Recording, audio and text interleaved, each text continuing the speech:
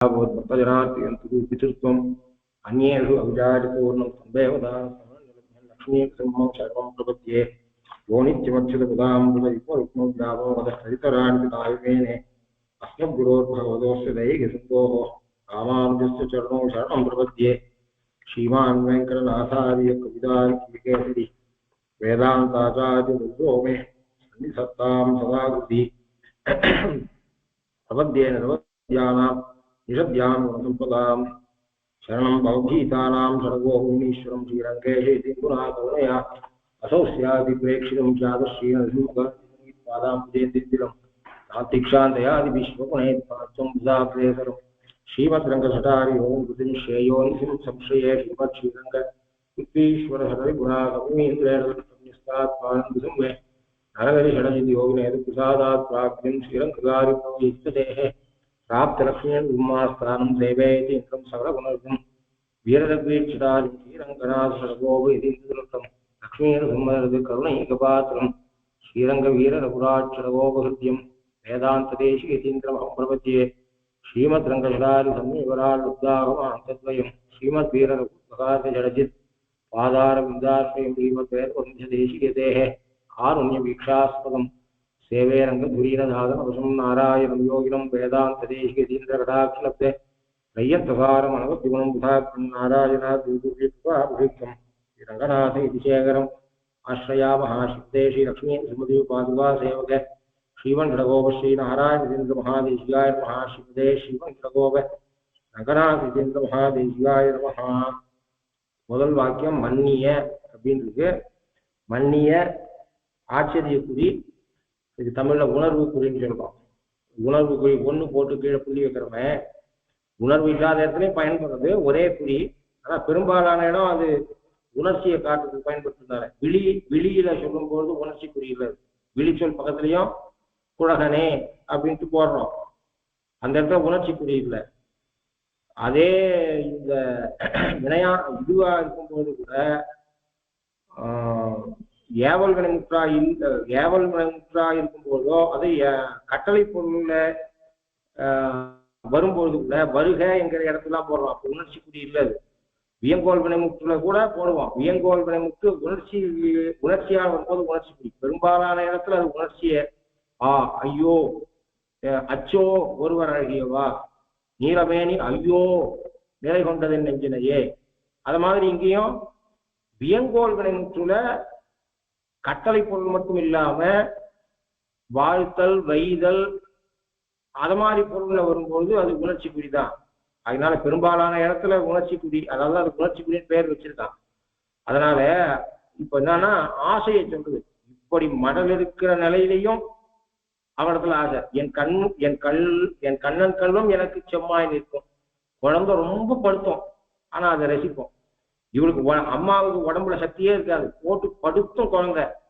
அவ்வளவு சின்ன அந்த குழந்தை புளிய பிடிச்சி வச்ச மாதிரி இருக்காது. ஓடும், கீழே தள்ளும், கீழே விழும், டாக்டர்கிட்ட கூட்டு போனோம், ஸ்டிச்சு போட்டுக்கணும், பானையை உருட்டோம், எல்லாம் பண்ணோம். ஆனா அதுக்கிட்ட அம்மாவுக்கு ஆசை. அது மாதிரி நீ எனக்கு எவ்வளவு கஷ்டம் கொடுத்தாலும் உங்ககிட்ட ஆசை போக மாட்டேங்குது அப்படிங்கிற ஆழ்வார். ஏன்னா பெருமாள் கண்டிப்பா ஆசை கொண்டவங்க தான். நமக்கு கஷ்டம் கொடுக்கறதுல நமக்கு இவாளுக்கு பிரிவை தாங்கிக்க முடியல. இவாளுக்கு பிரிவு கொடுக்கறது கூட ஏதோ ஒரு நல்ல காரணத்தால் தான் பகவான் அவளுக்கு பிரிவு கொடுக்குறான். ஆனாலும் அந்த அன்பு இருக்கே. அப்ப மன்னிய என்பது மடல் எடுக்கிறவர். மேல என்ன சொன்ன, ஒவ்வொரு கோபுர வாசப்பள்ளியும் போய் உட்காந்து உன்னை பத்தி வண்டவாளத்துல தண்டவாளத்துல ஏற்றன்னு சொன்னாரோ இல்லையோ. அப்படி இருக்க மன்னியன்னு என்னத்துக்கு வாழ்த்துறது? வாழ்ந்துடுக. இப்ப வியங்கோல் வினைமுற்றா வாழ்ந்துடுகன்னு சொல்ற. வாழ்ந்துடுகன்னு சொல்றதுனால அவனிடத்துல ஆசை மடல் எடுத்தாலும் வரப்பாஞ்சாலும் ஆசை நிற்காது அப்படின்னு அர்த்தம். அந்த வஸ்து எதுக்கு ஆமா இது கிடைச்சா கிடைக்கிறது, கிடைக்காதா போறது அப்படின்னு இருந்தா அந்த வஸ்துவில ஏன் மடல் எடுத்துப்பான்? ஆமா இவனை விட்டா நான் இன்னொருத்தன் இருக்கான் அப்படிங்கிற எண்ணம் இருந்தா ஏன் மடல் எடுத்து போறான்? மடல் எடுத்தல் என்பதே அவனை தவிர இன்னொருத்த இடத்துல ஆசை வைக்க முடியாது. அவனை தவிர நான் இன்னொருத்தனை அடைய மாட்டேன், அவனை அடையாம இருக்க மாட்டேன் என்கிற அளவுக்கு மையல் கொண்டாதானே இந்த மடல் எடுக்க முடியும். அதனால இது இன்னொன்னு என்னன்னா, மன்னிய என்பதை வியங்கோல் வினைமுற்றாக சொல்லும் போது இது உணர்ச்சி புரியாது, அந்த பொருளுடையதாக உணர்ச்சியை காட்டுறது. இந்த நிலையிலையும் நான் உன்னை வாழ்த்துவேன் அப்படிங்கிற இந்த மங்களாசாசன பரத்தை காட்டுது. மங்களாசாசனம்னு ஒரு சப்தம் நம்ம சம்பிரதாயத்தில் இருக்கக்கூடிய சப்தம். இந்த மங்களாசாசனன்ற சப்தத்தை போனா அப்படின்னா என்ன அப்படின்வா. அப்படின்னா என்ன அர்த்தம் அப்படின்னா சப்தத்துக்கு அர்த்தம் தெரிஞ்சுப்பா, அதோடைய ஆழத்தை புரிஞ்சிக்க முடியாது. சம்பிரதாயத்துல ஏதாவது ஒரு சப்தம் இருந்தா இது பிரமாணம் இல்லாத இல்லை. மங்களாசாசனம்னு ஐஹிங்கர் ஸ்ரீனிவாசனை மங்களாசாசனம் பண்ணார் அப்படின்னா சொல்றோமே, எல்லாம் ஒரு சாதாரண சப்தம் இல்லை. பாலாஜி போனான்னா மங்களாசாசனம்னு பேர் இல்லை. அப்படின்னு சொன்னா என்ன அர்த்தம்? 10 லட்சம் பேர் மங்களாசாசனம் பண்ணார்கள், திருப்பதி பெருமானையே யாரும் சொல்றது இல்லை அப்படின்னா அந்த சப்தம் எவ்வளவு பெருசா இருக்கணும். அப்படின்னா அதுல இருந்து என்ன தெரியுது அப்படின்னா அந்த உணர்வை காட்டுறது. நீ நன்னா இருக்கணுன்றதெல்லாம் எண்ணம். இந்த இவ்வளவு ஆசைப்பட்டு நான் உன்னை அடையிறதும் உன்னுடைய பலனுக்காக, உன்னுடைய முகோல்லாசத்துக்காக. எவ்வளவு இருந்தாலும் 120 திருநட்சத்திரத்துல எழுந்து இருந்து சாஸ்திரம் சொல்லி இருக்கு கஷ்டப்பட்டு 2 பேரை தோலை பிடிச்சி தூக்க விட்டு நான் அதிகம் விடுவேன். ஏன் அப்படின்னா உன்னுடைய முகோல்லாசம் எனக்கு முக்கியம் அப்படின்னு பாஷிகாருக்கு திருவள்ளுவம். இந்த மாதிரி இந்த சொஸ்தி சம்ஸ்கிருதத்துல சொஸ்தி என்ற 2 இலக்கியத்திலையும் வடமொழி இலக்கியமும் தென் இலக்கியமும் அவ்வளவு ஒத்து போறது. அதெல்லாம் ஒன்றுத்த பாஷா ஒன்றுக்கு லாபம். 2 இலக்கியத்தினுடைய ஃப்ளோவும் ஒன்னாதான் இருக்கும். தமிழ் இலக்கியம் அப்படி இருந்துச்சு ஒரு பாஷைய வெறுக்கிறான். ஒரு பாஷை இன்னொரு பாஷையை அழிக்கவே அழிக்காது. ஒரு பாஷை எப்படி அழிக்கும்னா, வீட்டுல இங்கிலீஷ் பேசினா தமிழ் அழியும், இங்கிலீஷ் கத்துக்கிறதுனால தமிழ் அழியாது, சம்ஸ்கிருதம் கத்துக்கிறதுனால தமிழ் அழியாது, தமிழை பயன்படுத்தாட்டா தமிழ் அழியும். எனக்கு பேச்சு பாஷை போறோம், எனக்கு இலக்கணம் வாண்டானா தமிழ் அழியும். எல்லாரும் இலக்கியம் வாசிக்கிறோம், 100 பேர் 100 பேர்ல 2 பேராவது இலக்கணம் தெரிஞ்சவாளா இருக்கும். அனாவசியமா டெட் லாங்குவேஜ்னு சொல்றேன். சம்ஸ்கிருதம் டெட் லாங்குவேஜே கிடையாது. இன்னைக்கு டெட் லாங்குவேஜ் இல்லாத லாட்டின் எல்லாம் கூட போயிடுது. டெட் லாங்குவேஜ் இல்லாத இருக்கிற ஒரே லாங்குவேஜ் சம்ஸ்கிருதம் மட்டும்தான். ஏன் அப்படின்னு சொன்னா இன்னைக்கு 1 லட்சம் பேசுறவா குறைவா இருக்கா டெட் லாங்குவேஜ்னா, உலக பாப்புலேஷன்ல தமிழ் பேசினா, உலக பாப்புலேஷன்ல தமிழ் பேசுறவா 1%னா சம்ஸ்கிருதம் பேசுறவா 0.1%. அப்போ 1%க்கும் 0.1%க்கும் என்ன வித்தியாசம்? இல்ல இல்ல, பாப்புலேஷனை பொறுத்து இல்ல, எத்தனை பேர் பேசுறான்றதை பொறுத்து இல்லைன்னா எதை பொறுத்து? அப்ப என்ன ஃபேக்டர்? அந்த ஃபேக்டர் வச்சு பார்த்தா இன்ஃபேக்ட் இது தமிழ் ஆர்வம் இருக்குவே சொல்றேன். தமிழ் தான் டெட் லாங்குவேஜ்.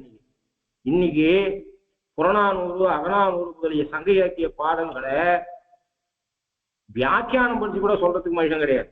ஆனா எவ்வளவு கடினமான சம்ஸ்கிருத சப்தம், கடினமான சம்ஸ்கிருத சப்தம், அதை கொண்டு போய் இன்னைக்கு 1 லட்சம் படிதாளுக்கு அது மாதிரி கொடுத்தா, வியாக்கியானம் இல்லாத ஒரு கடினமான சம்ஸ்கிருத ஸ்லோகத்தை கொடுத்தா 2 மணி நேரம் இன்டர்பிரட் பண்ணி சொல்றதுக்கு மனுஷன் இருக்கான்.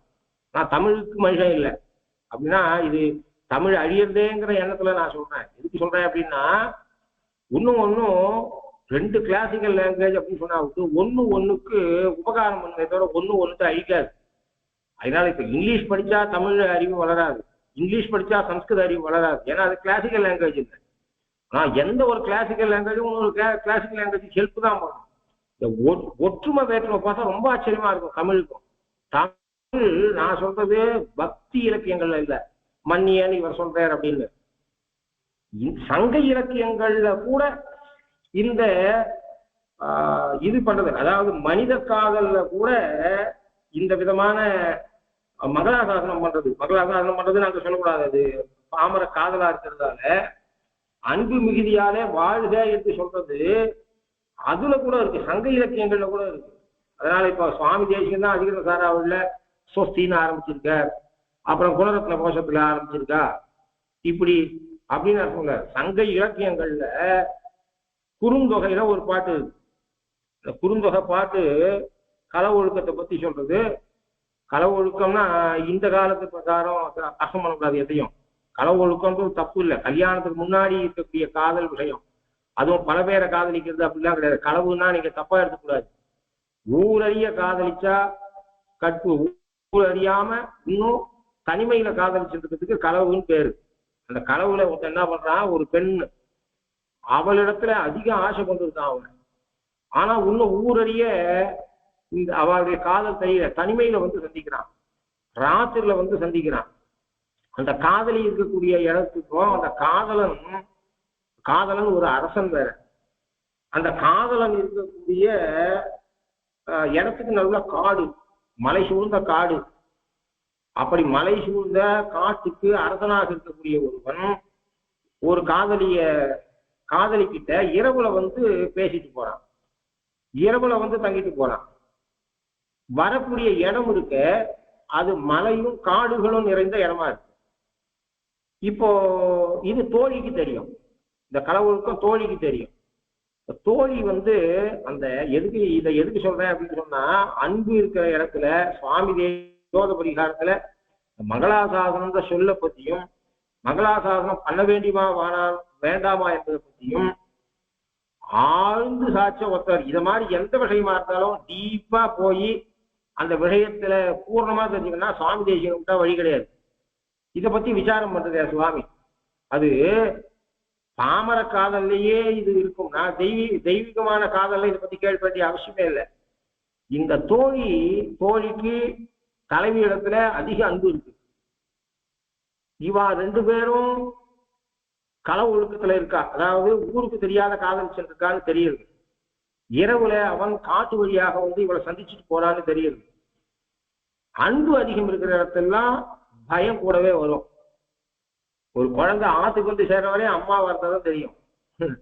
ஏன் பொம்நாட்டிகளுக்கு அதிகம் ஆரோக்கியம் சீக்கிரம் போடுறது அப்படின்னா அவ உணர்ச்சி வசப்படக்கூடியவா. குழந்தைய நினைக்கிறது, விதேசத்துல இருக்கக்கூடிய பிள்ளைய பத்தி அப்பா அதிகம் நினைக்க மாட்டான், அம்மா தான் நினைப்போம். அதை வாய் விட்டு சொல்லுவோம், சொல்ல மாட்டேன். வேற எங்க அப்பா சொல்லு, நான் பெங்களூருக்கு கிளம்பி வந்துட்டேன், அப்பெல்லாம் போன் கிடையாது ஒண்ணு கிடையாது. நான் பெங்களூர் வந்து கடுதாசி போட்டாதான் நான் வந்து சேர்ந்தேன்னே தெரியும். 300 ரூபாய பயிர் கொடுத்து எங்க அப்பா வரும், நீ இனிமேட்டு நீந்திக்கணும்ன்ற. எங்க அப்பா எது வந்தாலும் நீ நீந்திக்கணும், 18 வயசு ஆயிடுச்சு அப்படின்னு. மேயற மாட்டுக்கு கொம்புல புள்ளி சுத்த முடியாதுன்னு. அவர் உறப்புக்காரர் அப்படின்னா அவருக்கு மட்டும் நம்ம கிட்ட பாசம் இல்லையா? கிளம்பு அப்படின்ட்டு.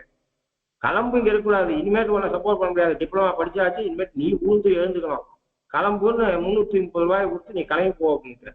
அம்மாவுக்கு கஷ்டம் இல்லை, நான் கூட போனோம், அவனுக்கு பாஷையும் தெரியாது, இங்கிலீஷும் தெரியாது, தமிழ் மீடியத்தை படிச்சு அப்படி அதான் போனா அப்புறம் 6 மாசம் 8 மாசம் கழிச்சு வந்தா. ஐயோ இவ படித்தல் என்னால காலம் இல்லை, அங்க ஷார்ட் ஆனோ இல்லையோ, என்ன பண்ணானோ, பாஷை தெரியாதே, அதுவாச்சே இதுவாச்சே, உன்னை பத்தியே பேசிட்டு இருக்காருண்ணா அப்படின்னா. இந்த அப்பா எப்படி இருக்கு? அப்பாவுக்கு நம்ம கிட்ட ஆசை உண்டு, அம்மாவுக்கு ஆசை உண்டு. அதாவதுதான் அம்மாவை நிந்திக்க கூடாதுன்னு சொல்றது.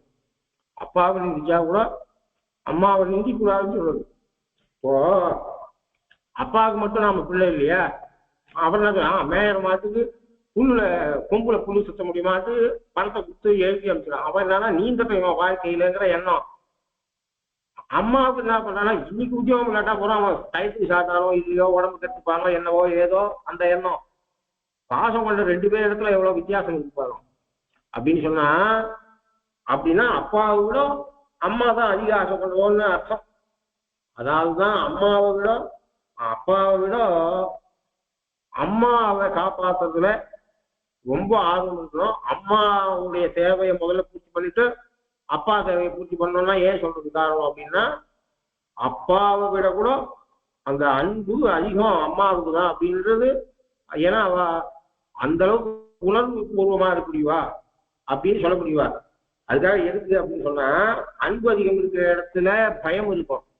பயம் இருந்தா மங்களாசாசனம் அவன் என்ன பண்ணிருப்போம், இவர்கிட்ட அப்பா கிட்ட நோயின்னு சொல்லிருந்த விட திருவிழாக்கு ஏற்றினா பாலாஜி நன்னாருன்னு நினைச்சிட்டு போலாம் மாத்தாளா, அது மங்களாசாசனம் தான். அது சின்னவ விஷயத்துல ஆசீர்வாதம்னு பேரு, பகவான் விஷயத்துல ஆழ்வாராஜார விஷயத்துல அவா நன்னா இருக்கணும் நாம நினைக்கிறது மங்களாசாசனம்னு பேர் பெறுறது. எதுக்கு சொல்றேன் அப்படின்னா, அப்போ இந்த தோழியானவள் அந்த நாயகி இடத்துல அதிக காதல் கொண்டவளா இருக்கா. அவளுக்கு இவளுக்கு சீக்கிரம் கல்யாணம் பண்ணி வச்சிருந்தோம்ன்ற எண்ணம். இந்த கலவை விட்டு கற்பு போதும் ஊரடிய கல்யாணம் பண்ணிட்டு சௌக்கியமா வாழணும். ஏன்னா பாதராத்துல வேற இவன் வந்துட்டு போயிட்டு இருக்கான். மலைச்சாரல், ஒரே மிருகங்கள் இருக்கக்கூடிய இடம். தனாலும் ஏதோ ஒரு புளியோ அடிச்சு இவன் போட்டான்னா என்ன பண்றது? இவா காதல்னா இன்னும் கல்யாணம் ஆகல காதலிச்சிருக்கா அப்படின்னா, காதலிச்சவன பெண்ணால விட முடியாது. அது உண்மையான காதலாக தான் மறக்க முடியாது. அப்ப என்ன ஆகும்? தலைவிக்கு மரணம் ஏற்படும். தலைவிக்கு மரணம் ஏற்படுற போறதேன்னு இப்போ கல்யாணத்துக்கு ஜாதகம் வந்துருச்சு.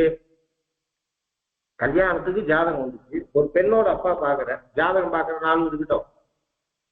அப்போ அவர் ஜாதகம் பாக்குறேன்னா முதல்ல என்ன பார்ப்பாரு? ஜாதகக்காரங்கிட்ட அந்த மாப்பிள்ளையா வர போறதுக்கு தீர்க்காயுசு இருக்கா பாருன்னு தான் கேட்பேன். முதல்ல பார்க்க வேண்டியது பொண்ணுக்கு வரம் பார்த்துருக்கா. 4-5 ஜாதகம் வந்தது. 5 ஜாதகத்தையும் ஒரு ஜோதிடம் கிட்ட கொடுக்குற. கொடுத்துட்டு அவன் 5 பேர் சொல்றான், இது பையன் நல்லா இருக்கு, ஐஸ்வர்யத்தோட இருப்பான், ஆனா கொஞ்சம் ஆயுசு குறைவா இருக்க மாதிரி இருக்கு அப்படின்னா அந்த பையனுக்கு கொடுப்பாரா? இவன் கொஞ்சம் ஏழை, கொஞ்சம் சமம் இருக்கும் வாழ்க்கையில, ஆனா இந்த ஜாதகக்காரன் 100 வயசு வாழ்வானா என்ன பண்ணுவார்? அவனுக்கு தான் கொடுப்பார். இப்போ முதல் ஃபேக்டரா ஒரு அப்பனா இருக்கிறவன் பெண் கல்யாணத்துக்கு ஜாதகம் பார்த்தா வரப்போற மாப்பிள்ளையோட ஆயுஸ்தானம் எப்படி இருக்கு. ஏன்னா வரப்போறவன் எவனோ இன்னைக்கு அவன் மாப்பிள்ளை இல்லை, தன் பொண்ணு தீர்க்க சுமங்கலியா இருக்கணும், தன் பொண்ணு தீர்க்க சுமங்கலியா இருக்கணும்ன்ற ஆசை இருக்கிறதுனால அவன் என்ன பண்றான், முதல்ல ஆயுசை பத்தி கேட்கறான். ஆயுசு கெட்டியா இருக்கா இந்த ஜாதகத்துக்கு கேட்கறான். ஏன் கேட்கறான்? வரப்போறவன் எவனோ அவன் மேல இவனுக்கு அபிமானம் இல்லை, ஒருவேளை கல்யாணம் ஆனா தம் பொண்ணு தீர்க்காயுசா இருக்கணும்னு. அது மாதிரி இந்த தோழிக்கு அதிக மனவேதனை வருது. இவ களவு ஒழுக்கத்திலேயே இருக்காளே, இப்படி வந்துட்டு போயிருக்காளே, அதுவும் பாதராத்திரில வரான இந்த ராஜா தலைவியை பார்க்கறதுக்கு. ஒருவேளை புலிகளி ஏதாவது அடிச்சு ஏதாவது ஆகி அவன் குதிரையில வரும்போது ஏதாவது ஊந்து ஊத்தி ராத்திரில இருட்டுல, அதுவும் திருடனுக்கு தேல் கொட்டினா மாதிரி பாதராத்திரி நீ ஏன் இங்க வந்தா 4 பேர் கேட்பான். திருடனுக்கு தேல் கொட்டினா மாதிரி ஆகும். எவ்வளவு இருக்குனால பதட்டத்தோட வந்து என்னத்துக்கு ஊரறிய கல்யாணம் பண்ணி சொந்தமா வாழ்க்கை எங்க தலைவியும் ராஜாவும்னு அவளுக்கு எண்ணம். இது பொங்கும் பறிவு அவளுக்கு இருக்கிறதுனால அவளுக்கு தூக்கம் வர மாட்டேங்குது, தோழிக்கு தூக்கம் வர மாட்டேங்குது. அதனால அவன் என்ன பண்றான்னா அந்த ராஜாவை பார்த்து ஒரு தடவை வரும்போது ராஜாவை பார்த்து பேசுறான். இவ தலைவி கிட்ட சொல்லி பார்த்தா நடக்கல, சரி இனிமேல் நாம ராஜா கிட்டையும் பேசி பார்த்துருவோம், எப்படி நமக்கு தெரியும் இவ காதலிக்கிறா அப்படின்ட்டு. ஒரு நாள் அந்த ராஜா வரும்போது அதை சொல்ற மாதிரியும் சொல்லணும். அது இலக்கியம்ன்றது எவ்வளவு இருக்காது இருப்பா, நீ ராத்திரில வரைய உனக்கு ஏதாவது ஆச்சுன்னா என்னுடைய தோழியானவன் உங்ககிட்ட எவ்வளவு ஆசை வச்சிருக்கா தெரியுமா, நீ உனக்காக ஏதாவது ஆச்சு அப்படின்னு சொன்னா என்னுடைய தோழி உயிரோடு இருக்க மாட்டான், என் தோழியை நான் இழக்க சரி நான் விரும்பல, முதல்ல முகூர்த்தத்தை பார்த்து 2 வீட்டுக்காராலும் பேசி கல்யாணத்தை முடிங்கோ அப்படின்னு அவன் சொல்லணும்.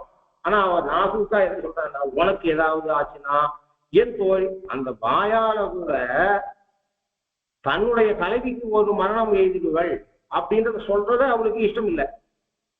அந்த பாட்டுல ரொம்ப ரசிக்கிறான் அந்த இலக்கியத்தை. அவன் என்ன சொல்றான் அப்படின்னா, ஒரு விழிச்சொல் அவனை விழிக்கிறான், அந்த ராஜாவை விழிச்சு சாரல் நாட நடுநாள் வாரல், வாரல்னா எதிர்மறை சொல், இது ஏவல் வினை முற்று, வாராதே அப்படின்னு அர்த்தம். நடுநாள் வாரல், ராத்திரில வராதப்பா, நீ கல்யாணம் பண்ணிக்கோன்னு சொல்லணும், சீக்கிரம் முகூர்த்தத்தை பாருன்னு சொல்றோம். நீ சீக்கிரம் கல்யாணம் பண்ணிக்கிற வழி பாருன்னு சொல்லணும் அந்த தோழி அந்த அரசன் இடத்துல.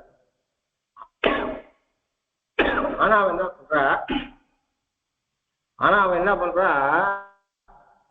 பாதராத்திரி வராதே அப்படிங்கிற, நீ முகூர்த்தத்தை பாரு பஞ்சாங்கம் எழுதுன்னு சொல்ல வேண்டியவள் என்ன சொல்றா, நடுநாள் வாரல், ராத்திரி வேலை வராத. இந்த பாட்டு கடைசி அடிதான் எளிமையா இருக்கும், மற்றெல்லாம் பார்த்தா இந்த பாட்டுல இருக்கிற அத்தனை சொற்களும் ஆழ்வார் பதங்கள்ல இருக்கு. ஆனா ஆழ்வார்கள் இந்த கடினமான செயலிய பின்பற்றல. அவளுக்கு என்னன்னா மிரண்டு போய் பல பேர் இந்த பாட்டு ரீச் ஆகாட்டா என்ன பண்ணும், இந்த பாட்டுல இருக்கிற சங்க இலக்கியத்தில் இருக்கிற அத்தனை சொற்களும் ஆழ்வார் பாசுரத்தில் இருக்கு. ஆனா பாசுரத்தை அமைச்ச விதம் கேட்ட உடனே உச்சரிக்கை எளிமையா இருக்கணும், கேட்ட உடனே அவளுக்கு ஏதோ ஒரு அர்த்தம் சுரிக்கணுன்றதுக்காக இறங்கி வந்து ஆழ்வார்கள் இருக்கு. அதுலயும் அனுகிரகம் ஆழ்வார்கள் இருக்கு. இத மாதிரி சங்க இலக்கிய ஸ்டைல எழுதியிருந்தாருன்னா இன்னைக்கு 4000 யாருக்கிட்டையுமே இருக்காது. எதுக்கு சொல்றேன் அப்படின்னா, நடுநாள் வாரல், பாதராத்திரில வராதப்பா அப்படின்ற. பாதராத்திரில வராதன்னா நீ நம்ம தலைவிய இனிமேட்டு காலிக்காதன்னு அர்த்தம் இல்லை, இருக்கு இனிமேட்டு இங்க வராத அப்படின்னு அர்த்தம் இல்லை, என் தலைவியை பார்க்காதன்னு அர்த்தம் இல்லை. ஏன்னா இவளுக்கே கல்யாணம் பண்ணி வைக்கணும்னு ஆசைப்பட்டவள் தோழியாச்ச. ராத்திரி நீ வராதே அப்படின்னா அர்த்தம் 10 பஞ்சாங்கத்தை எடு நாளை பாருன்னு அர்த்தம், முகூர்த்த நாளை பாருன்னு அர்த்தம்.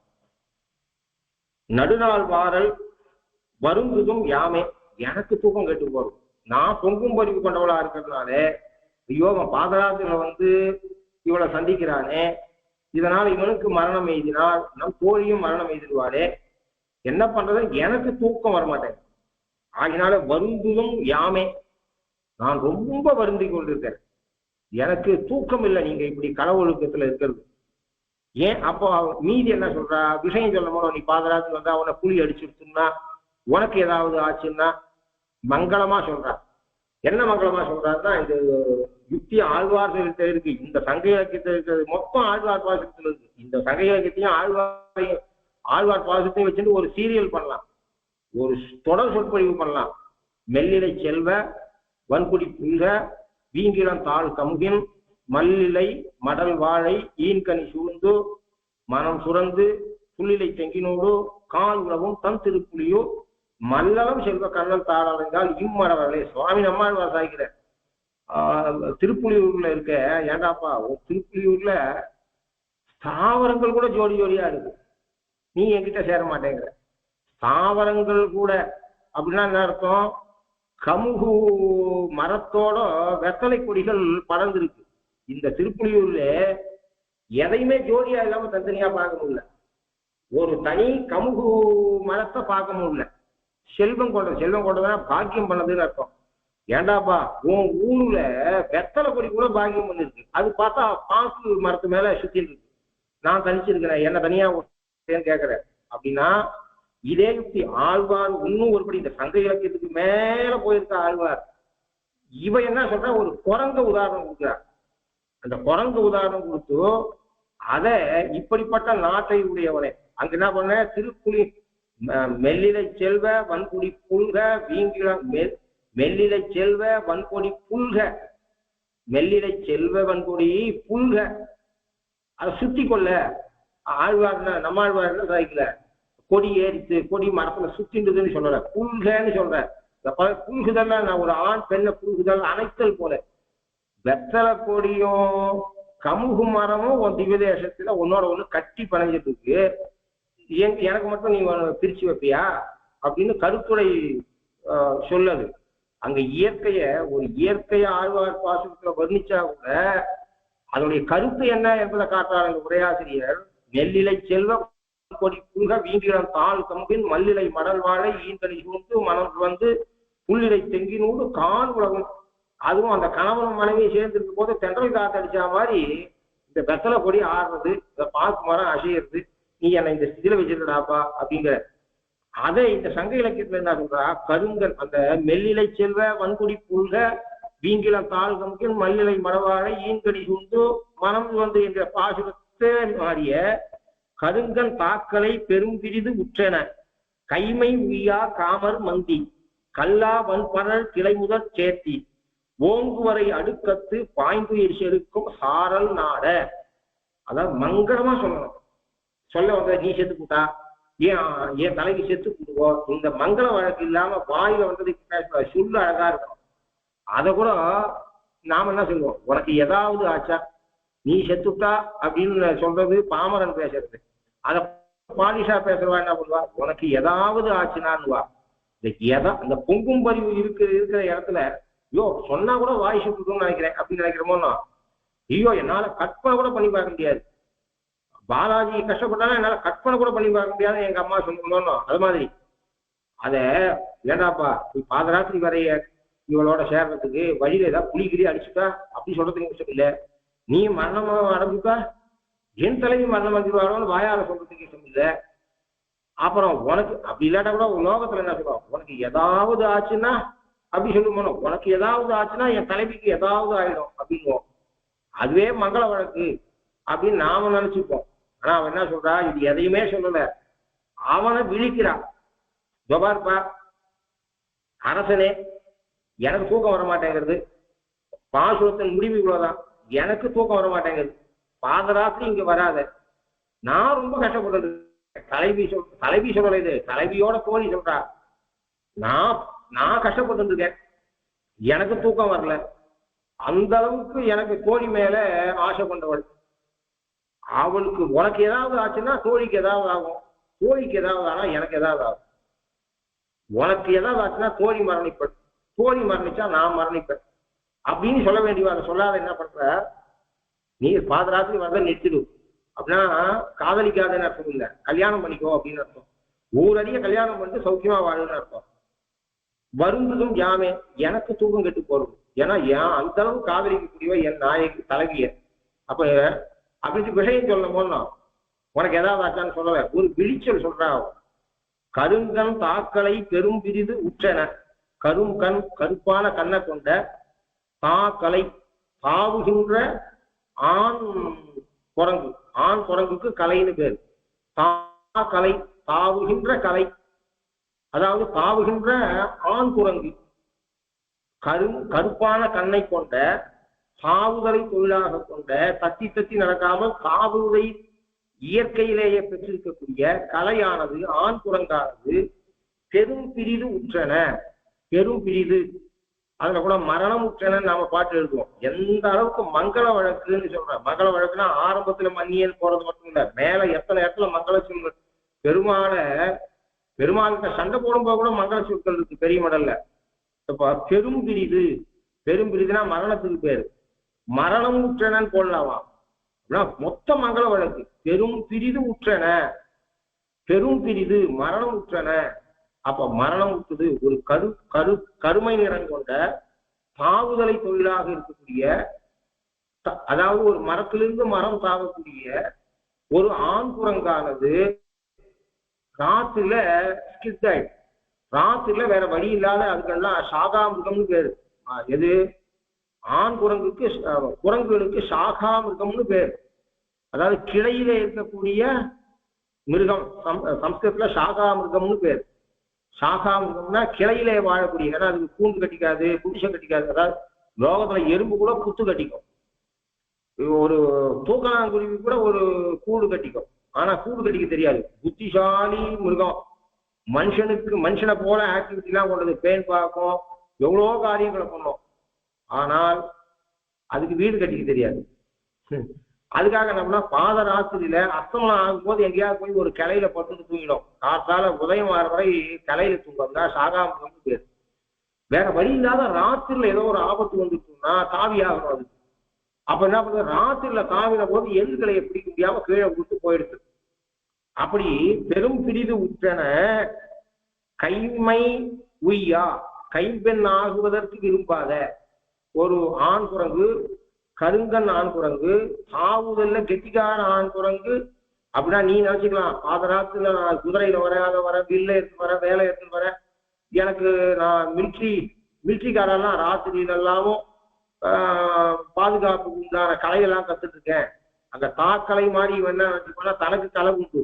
ராத்திரியில குதிரை சவாரி பண்ற கலை எனக்கு தெரியும் நீ சொல்லலாம். என்னந்தாலும் தவறுகள் நடக்கிறதுக்கு வாய்ப்பு உண்டு. பகலை விடும். பகல்ல எங்கேயாவது ஒரு குரங்கு ஒரு கிளையிலேருந்து ஒரு கிளைக்கு மாறி அது தவறி போய் கீழே உண்டு செத்துதுன்னு ஹிஸ்டரி உண்டா கிடையாது. அந்த இயற்கைக்கு, ஒரு வஸ்துவுக்கு பகவான் கொடுக்குற சக்தியை ஒத்தாரையும் இன்னொருத்தனால கொடுக்க முடியாது, நம்மாலேயே பெற்றுக்கொள்ள முடியாது. அது மயர்வரம் மதிநலம் ஆழ்வாருக்கு கொடுத்தா மாதிரி ஒவ்வொரு ஜீவராசிக்கும் ஒரு சக்தி இருக்கு. இந்த ஜீவராசி எறும்புக்கு இருக்கக்கூடிய சக்தி இருக்க, அந்த சுறுசுறுப்பு தனம் இருக்க. ஒருத்தன் எறும்பை பார்த்து ஒருத்தன் கவிதை எழுதினான், எறும்பை பார்த்து எழுதினான், எறும்பே உங்ககிட்ட கொஞ்சம் பாடம் கத்துக்கணும், ஒரு நிமிஷம் நில்லன்னா. ஏன் பாடம் கத்துக்கிறதுக்கு ஏன் நிக்கணும், நான் நடக்கிறேன், என் கூட நடந்துட்டே நீ கத்துக்கோ நித்தான். அப்படின்னா அர்த்தம், என்னால ஒரு இடத்துல நிக்க முடியாது, எனக்கு பகவான் அந்த அளவு சுறுசுறுப்பா என்ன வச்சிருக்கான், நான் ஏன் நின்று உனக்கு பாடம் சொல்லணும், என் கூடவே நட, வாக் அண்ட் டாக் அப்படின்னு சொல்லிட்டுன்னு ஒருத்தன் கவிதை எழுதினான், புது கவிதை. அது மாதிரி அதனால நாங்களாம் கலை கத்துருக்கோம், பாதராத்திரி வருவோம் அப்படின்னா இந்த ஒரு சின்ன பாட்டுல வானாடாப்பா பஞ்சாங்கத்தை பாரு கல்யாணம் பண்ணிக்கோன்னு இந்த தலைவி சொன்னா ராஜா என்னென்னலாம் பதில் சொல்லுவாரோ அதுக்கெல்லாம் அவனை வாயை திறக்காத அவன் வாயில கை வச்சு பேசுறா இந்த கோயில். அப்போ இரவுல ஒரு பகலிலே குறிமாறாம இன்னொரு கிளைய பிடிக்கக்கூடியது, ராத்திரில ஏதோ ஒரு பயம் வந்தது, வேற வழி இல்லாத ராத்திரில தாவ வேண்டும் வந்தது. அந்த குரங்குக்கு மரணம் சம்பவிச்சது. ஏன்னா ராத்திரில தாவினால நான் கெட்டு இருக்கேன், நான் ராஜா, ராத்திரில குதிரை ஓட்டு சொல்லாத. அப்படின்னாலும் எனக்கு பையன் வந்து எப்படி வேணா வண்டி ஓட்டுவான், அம்மாவுக்கு பொத்து அவன் ஸ்டண்ட் காட்டுவான், முன் ஹேண்ட் பேக்கை தூக்கி பின் சைக்கிள்ல பின் இதுலயே கூட போவான், இளம வயசு, அம்மாவுக்கு பக்குன்னும். அது மாதிரியாக நீ அதெல்லாம் என்கிட்ட பேசாதேன்னு அர்த்தம். இது மொத்தத்தையும் ஒரு கருத்துடை விழியில வைக்கிறாவும். அவ்வளவு மங்கள வழக்கோட சொல்றான். ஒரு ஒரு குரங்கு மரணித்தது, அதனிடத்துல ஆசை கொண்ட ஒரு அந்த பெண் குரங்கு, அந்த ஆண் குரங்குடைய மனைவியானது கைமை உய்யா, கணவன் இல்லாத வாழ்க்கை, கைம்பெண் வாழ்க்கையை விரும்பாமல் காமர் மந்தி, அது காரணம் என்னன்னா காமர் மந்தி.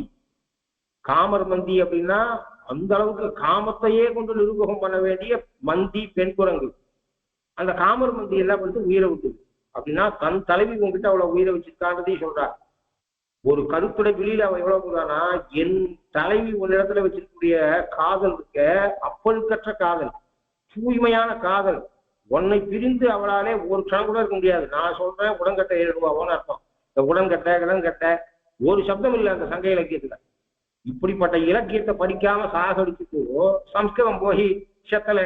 இன்னும் சம்ஸ்கிருதத்துல எவ்வளவு இது இருக்கு, எவ்வளவு வித்வான்கள் இருக்கா. இன்னைக்கு சம்ஸ்கிருதத்துல எந்த வாக்கியத்தை சொன்னாலும் வியாக்கியானம் இல்லாத அதுக்கு பதில் கண்டுபிடிக்கிறதுக்கு 10,000 பேர் இருக்கான். தமிழ்ல எத்தனை 10,000 பேர், 10 பேர் இருக்க மாட்டா தமிழ்நாடு மொத்தம் தேடி பிடிச்சா. இப்படி சொல்ற. அப்போ கைமை உய்யா காமர் மந்தி, இப்போ காமர் மந்தி கல்லா வன் பழர். ஆனா உடன்கட்டை ஏறுறதுக்கு, மரணம் அடைவதற்கு அந்த பெண் குரங்குக்கு மனசு கஷ்டம். ஏன் அப்படின்னா ஏற்கனவே ஒரு குழந்தை வேற பிறந்துட்டு, கல்லா வன் பழர் அந்த ஸ்தானத்துல தன்னை வச்சுக்கிறா.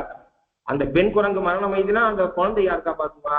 கல்லா வன் பழர், வன் பழர், பழர்னா குழந்தை. அந்த குட்டி குரங்கு இருக்கு, அந்த குட்டி குரங்கு என்ன பண்ணும்? அது இன்னும் காலில் நிக்கலையே. நான் கூட பசங்க முன்னுக்கு வந்துட்டுனா பெருமாள் திருவிழா சேர்த்துட்டா போடணும். ஏன்? பசங்களுக்கு ஒரு வழி காட்ட வேண்டியது நம்முடைய கடமைங்கிற எண்ணம் இருக்கணும். அப்போ தன்னை அந்த குட்டி குரங்கு ஸ்தானத்தை தன்னை வச்சுக்கிறா, தோழியான தன்னை. இவாளுக்கு கல்யாணம் ஆகாது இருக்கலாம், அவளுடைய குழந்தை மாதிரி நான் அப்படின்னா தனக்கு அவளுக்கு இருக்கக்கூடிய பந்தத்தையும் அவ குறிப்பிடுறார். அப்போ இதுக்கு இன்னும் தத்தி தாவர சக்திலாம் வரல. நம்ம வயத்தை பிடிச்சிட்டு நாம இதை காப்பாற்ற வேண்டியிருக்கிறதுக்காக. ஆனால் தன் கணவன் இல்லாத வாழவும் முடியல, இந்த குழந்தையை விட்டுட்டு மரணிக்கவும் முடியல. அதுக்காக என்ன பண்ணுது? கிளை முதல் சேர்த்தி. அந்த பெண் குரங்கானது என்னால என் தலைவன் இல்லாமல் இருக்க முடியாது, என் குழந்தையை காப்பாற்ற வேண்டியது பொறுப்பு என்று தன் இனத்தை சேர்ந்த இன்னொரு குரங்கிடத்திலே தன் குழந்தையை ஒப்படைத்து விட்டு ஓங்கு வரை அடுக்கத்து பாய்ந்துயர் செருக்கும். இந்த ஓங்கு வரை இருக்கக்கூடிய மலைகளாலே சூழப்பட்டிருக்கக்கூடிய அடுக்கத்திலே தன்னுடைய உயிரை மாய்த்து கொள்ளக்கூடிய அளவுக்கு மிருகங்களும் இப்படி உண்மையான காதல் கொண்டிருக்கக்கூடிய சாரல் நாட, மலைச்சாரலை கொண்ட நாட்டுக்கு சொந்தக்காரனே. இந்த குரங்கு சமாச்சாரம் மொத்தத்தையும் கொண்டு வந்து கடைசியில எங்க அவ முடிச்சிருக்கா? இப்படிப்பட்ட பாய்ந்து உயிர் செகுக்கும் சாரல் நாட, சாரலை கொண்டிருக்கிற, அப்படிப்பட்ட மலைச்சாரலை பெற்றிருக்கிற இப்படிப்பட்ட குரங்குகளும் அவைகளும் ஒன்றோடு ஒன்று உண்மை காதல் கொண்டு இருக்கக்கூடிய பல மலைகளை கொண்டிருக்கிற நாட்டை சேர்ந்தவனே. அப்படின்னா அர்த்தம், இந்த கருக்குலை வெளியில சொல்லப்பட்ட புத்தாந்தம் உன் வாழ்க்கையில நடக்கக்கூடாது, என் தலைவிக்கு நடக்கக்கூடாதுன்னு அர்த்தம். அத மங்கள வழக்காக அப்படி சொல்லி நடுநாள் வாரல் வருந்ததும் யாமே. இப்ப நடுவில் என்ன பண்றோம்? வாழியோ உனக்கு மங்களாசாசனங்கள். இந்த வாழியோன்றதுக்கு சொல்றேன். இந்த நிலையில கூட துக்கப்பட்டு அவள் பயத்துல பேசக்கூடிய இடத்துல கூட உனக்கு மங்களங்கள் உண்டாகட்டும். மங்களாசாசனம் பண்றா யாருக்கு? இந்த தோழியானவள் அந்த அரசனுக்கு மங்களாசாசனம். வாழியோ நீ நன்னா இருக்கணும் அப்படின்னா உனக்கு ஒன்றும் ஆகக்கூடாது, நீ தீர்க்காயுதா இருக்கணும், நீ சிரஞ்சீவியாக இருக்க வேண்டும் என்று இந்த விண்ணப்பம் பண்ற இடத்துல அவ வாழியோ என்று மங்கள சொல்ல பயன்படுத்துறார். அப்படி இந்த இடத்துல எதுக்கு சொல்றேன்னா, இந்த மணிய வாழிய என்கிற அந்த மங்களாசாசனம் என்பது இருக்கு. இது அந்த அவோ நெடுநாள் மாறல் அப்படின்னு சொல்ற இடத்துல வாழியோ நீ சிரஞ்சீவியாக இருக்க கடவாய் அப்படின்னு சொல்றால. இது ஒவ்வொரு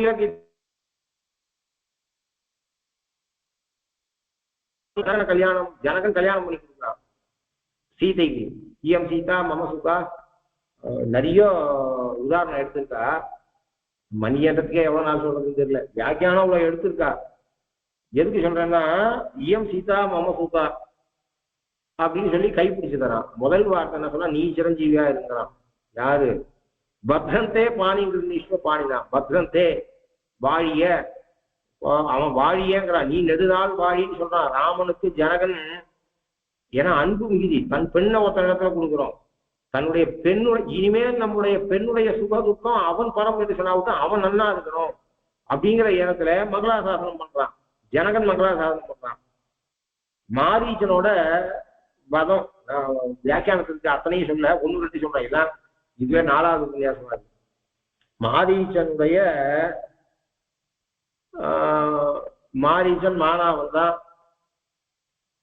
மாரீச்ச வதம் ஆயிடுத்து. பெருமாள் தேடிட்டு வர வந்தா சீத்தை பர்ணசாலையில காணோம்.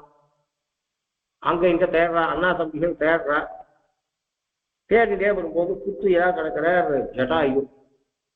ஜட்டாயுன்ற பேருக்கு பல அர்த்தம். இப்போ இந்த பிரகடனத்துக்கு தகுந்த மாதிரி ஒரு அர்த்தம் தெரிஞ்சுக்கலாம். ஜட்டாயுங்கிற சப்தத்துக்கு தீர்காயு, சிரஞ்சீவின்னு அர்த்தம். ஜடைய போல ஆயுளை உடையவன், சடைமுடிய போல ஆயுளை உடையவன் ஒரு அர்த்தம். அப்படின்னா சிரஞ்சீவின்னு தாற்பரிய அர்த்தம் சிரஞ்சீவி அப்படின்னு. சிரஞ்சீவியான ஜடாயுவை பார்க்க வர முதல்ல இவன் தான் சீதையை கொலை பண்ணிட்டாளோ அப்படின்னு நினைக்கிறார். அப்புறம் அவர் விஷயம் சொல்ற, அதாவது ஏதாவது ஒரு லீகல் கேஸா இருந்து ஆஸ்பத்திரி அட்மிட் பண்ணா என்ன பண்றான், இது லீகல் கேஸா, இதை மாதிரி அடிபடாத, முதல்ல பாரு டாக்டருக்கு என்ன, இது லீகல் கேஸா, இது மாதிரி அடிபடுறதுக்கு தானா விழுந்து அடிபடுறதுக்கு வாய்ப்பு இல்லையே. அவன் எவனாவது மூடி மறைச்சா கூட என்ன பண்றான்னா, இந்த மொமெண்ட் இது ஏதோ ப்ராப்ளம், யாரோ அடிச்சிருக்கா போயிருக்கா வந்திருக்கா, ஆர் இட் மேபி ஆக்சிடென்ட் கேஸ்ன்னு தெரிஞ்சால் முதல்ல போலீஸுக்கு இன்ஃபார்ம் பண்ணணும் அப்படின்னா, அந்த போலீஸ் என்ன பண்ணா, ரொம்ப ஆபத்துல இருக்கான் சீரியஸா இருக்கான் அவன், one patient has come like this அப்படின்ட்டு அவன் போலீஸுக்கு போன் பண்றான். அவன் என்ன பண்ணுவான், போலீஸ் முதல்ல முடிஞ்ச அளவுக்கு அவன் வாக்கு மூலத்தை ரெக்கார்ட் பண்ணுவோம். டாக்டரா இருந்தா கூட அப்புறம் அதுக்கு அது உண்மையா இல்லையா அதெல்லாம் வேற விஷயம். நாங்க வந்துட்டே இருக்கோம் அப்படி போலீஸ் வந்தாலும் முதல்ல வாக்கு மூலத்தை அவங்ககிட்ட பேசுவான், பேசி ரெக்கார்ட் பண்ணுவான். முடிஞ்ச அளவு உங்க டேட்டாவை கலெக்ட் பண்ணுங்க, வாக்கு மூலம் பண்ணுவான். ஏன்னா மரண காலத்துல வாக்கு மூலம் இப்பெல்லாம் கூட பேப்பர்ல பார்க்குறோம். ஆஸ்பத்திரிக்கு சென்று போலீஸ்காரர்கள் வாக்கு மூலம் எடுத்தார்கள். அவன் துடிச்சிருப்பான், உயிர் வழியில துடிச்சிருப்பான். ஆனாலும் ஏன் அப்படின்னா, இப்ப அவன் வாக்கு மூலம் வாங்கிட்டா கேஸை ஹேண்டில் பண்றது சுலபம் அப்படிங்கிறதுக்காக அங்க அவன் முடியலன்னு திணறிருந்தா கூட அவன் வாயிலேருந்து விஷயத்தை கக்க பாக்குறான். ஆனா இந்த ஜடாயு என்ன பண்றான், அதே நிலையில தான் இருக்கா பாவம். அவன் வாளால வெட்டி தள்ளி இருக்கான். இவன் நசக்கியத்துவம் பலாதத்துவம் வைதேகிம் மம பஷ்யதா ஹேதுகி நியாய சயுக்தைகி துருவாம் வேதஸ்ருதி வா. ராவணனை பார்த்துட்டே, நீ போனா என் உயிரை எடுத்துக்கோ, சீதையை என் உயிர் இருக்க வரை உன்னால சீதையை பிரிக்க முடியாது. என் உயிர் எனக்கு புல்லு. ஒரு பதிபுரத்தைய கணவனை விட்டு பிரிக்கிறத என்னால பார்க்கறது முடியாது. வேதத்தினுடைய அர்த்தத்தை குயுக்தியால பேட் லாஜிக்கால ஒருத்த பிரிக்க நினைச்சான்னா, ஒருத்த பரமசாத்திரிகர், யாரையும் நிந்திக்க மாட்டேன், ஊர் வம்பளக்கு போக மாட்டேன். அவர் கூட ஒருத்த வேதத்துக்கு தப்பா இருந்ததுனால வாய முடி சும்மா இருக்க மாட்டேன். அவரை கண்டிப்பார். ஏன் கண்டிக்கிறார்? நான் வேதம் கெட்டுக்கூடாதுன்னு எண்ணம். அத மாதிரியாக கேதுபிகி நியாய சயுக்தைகி துருவாம் வேத ஸ்ருதி விவா, நான் உன்னை விடமாட்டேன். அப்படின்னா என்ன அர்த்தம்னா, என் உயிர் ஊசலாடி இருந்தா கூட உன்னை விடமாட்டேன், இவனை தூக்க விட மாட்டேன். ராமனை விட்டு சீதையை பிடிக்கிறது, வேதத்துக்கு இருக்கக்கூடிய அர்த்தத்தை விட்டுட்டு அதனுடைய அர்த்தத்தை பிடிக்கிறதுனா நம்ம வேற அர்த்தம் தப்பா சொல்றதுன்னு அர்த்தம். வேதத்தினுடைய பொருள் வேதத்துல இருக்கணும், இல்லாத பொருள் அதுல செய்யக்கூடாது. வேதத்தை விட்டு அதனுடைய அர்த்தம் பிரியப்படக்கூடாது. அதை நல்ல பண்டிதன் பார்த்துருக்க மாட்டான். அது மாதிரி ஒண்ணு பிரிக்க விட மாட்டான், சீதையை பிரிக்க விட மாட்டான் அப்படின்னு சொல்ற. அவன் வெட்டி தள்ளிட்டான், ரத்தம் சோர்ந்து ஏறக்குறைய மரணப்படுக்கையில் தான் இருக்க. இப்போ அவரா வாக்கு மூலம் கஷ்டப்பட்டு வாக்கு மூலம். அங்க என்ன பண்றான் போலீஸு, தன் கேஸை நல்லபடியா சீக்கிரம் க்ளோஸ் பண்ணணும் அப்படின்னா அந்த வாக்கு மூலத்துக்கு பிரைம் எவிடன்ஸ் ஆகும் அப்படின்றதுக்காக அவன் கஷ்டப்பட்டா கூட ஏதாவது பெயின் கில்லரை கொடுத்துட்டு வாக்கு மூலம் வாங்கலாம். ஏன் அப்படிங்கிறான். இங்க ராமலட்சுமணா புரிஞ்சுட்டா, பாவம் இவர் காப்பாத்திருக்காரு அப்படின்ற மாதிரி. அவ கேட்காதே இவர் சொல்ற, வாக்குமூலம் கொடுக்குற. ஏன்னா இவன் மேல தேடணும். இவாளுக்கு பட்டுன்னு உயிர் போயிடுச்சுன்னா என்ன பண்றது? உயிர் போயிடுச்சுன்னா இப்ப இவாளுக்கு நாம ஹிண்ட் பண்ணி யார் தூக்கிட்டு போனா, எந்த திக்கில் போனா, இதெல்லாம் நம்மளால சொல்ல முடியாது. அதுக்காக என்ன பண்ண, உயிரை பிடிச்சிட்டு அந்த ஒவ்வொரு செகண்டும் அவருக்கு அவ்வளவு முக்கியமா தெரியுது. ஏன்னா நாம ராமனுக்கு கைட் பண்ணிட்டு போனோம் அப்படின்னு. ஏன்னா இதை விட்டுதான் இப்ப அவளுக்கு கஷ்டம். அதனால அவர் என்ன சொல்றாருன்னா, விஷயத்தை கஷ்டப்பட்டு அவரா போர்ஸ் பண்ணல, ராமலட்சுமண போர்ஸ் பண்ணல, அவரே முடிஞ்ச அளவுக்கு சக்தியை வர வச்சுட்டு பேசுறாரு. அப்பயும் மங்களாசாசனம் பண்றது இல்ல. அப்போ ராமனுக்கு இவ்வளோ கஷ்டப்பட்டு மங்களாசாசனம் இவ்வளோ கஷ்டப்பட்டு அவளுக்கு நல்லது நடக்கணும்ன்ற விஷயத்த சொல்லிட்டு மரணிக்கணும்ன்ற எண்ணம் இருக்கிற போது கூட ஆயுஷ்மன் தீர்காயுஷ்மான யாருக்கு ஒரு சொல்லுங்க, பக்தி இல்லாதவனுக்கு இது வருமா? ஆயுஷ்மன்னு சம்போதிக்கிற நீ தன்னா ஆயுஷ்மானா இருக்கணும் ராமா அப்படின்னு சொல்லிட்டு இந்த விஷயத்தை சொல்ல. யாம் ஓஷதீவிட ஆயுஷ்மன் சிரஞ்சீவியே ஆயுஷ்மானே யாம் ஓஷதீவிவ அன்பேஷசி மகாவனே.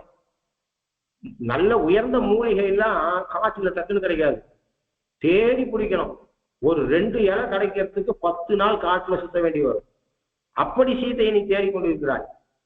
ஓஷதியை காட்டிலே தேடுவது போலே தேடிக்கொண்டிருக்கிறாய். தீர்காயுஷ்மானே சிரஞ்சீவியே சாதேவி மமஜ பிராணாக ராவணேனோ பயம் கிருதம். நீ இங்க ரொம்ப விஷயம் சொல்லவாடா. சாதேவி சீதாச்ச சீதா சீதையும் மருந்த ஔஷதிய காத்துல தேடுறா போலே சீதையை தேடிக்கொண்டிருக்கிறவனே, அந்த சீதையும் என் உயிரும் ராவணனால் பறிக்கப்பட்டது. இப்ப ராவணன் சொல்லிட்டா ஒரு யாரு தூக்கி போனார்னு சொல்றதுக்கு விஷயமாயிடும். இப்ப அவர் என்ன சொல்லியிருக்கணும், அந்த சீதையும் அல்லது சீதையும் என்னுடைய உயிரும் ராவணனாலே, உயிர் தான் இருக்கே அப்படின்னா போன பிராயம்னு அர்த்தம். அதனால சூக்ஷமா கேட்டுக்கோ, அவதானமா கேட்டுக்கோ, முக்கிய விஷயத்தெல்லாம் சொல்லிட்டு நான் மரணிக்கு போறேன். என்னுடைய உயிர் அபகரிக்கப்பட்டு விட்டது அப்படின்னா நான் செத்த நிலையில தான் இருக்கேன். ஏதோ கொஞ்சம் வாய் பேசிட்டு இது நான் பாக்கியம், உங்ககிட்ட சொல்லிட்டு போடுறேன், உன்னை கைட் பண்ணிட்டு போடுறேன், இது நான் பண்ண பாக்கியம். என் உயிர் அபகரிக்கப்பட்டது, என் உயிர் என் உடம்பை விட்டு சென்று விட்டது.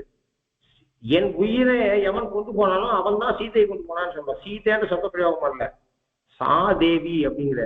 அப்படின்னா என்ன அர்த்தம் அப்படின்னா, அப்படிப்பட்டவன் ஒரு புரோணம் ஒண்ணு சொல்றேன், சா அப்படிங்கிற. அவளும் என்னுடைய பிராணமும் பிரிக்கப்பட்டது. அவளும் ஏன் சொல்லணும், சீதைன்னு சொல்லக்கூடாதா?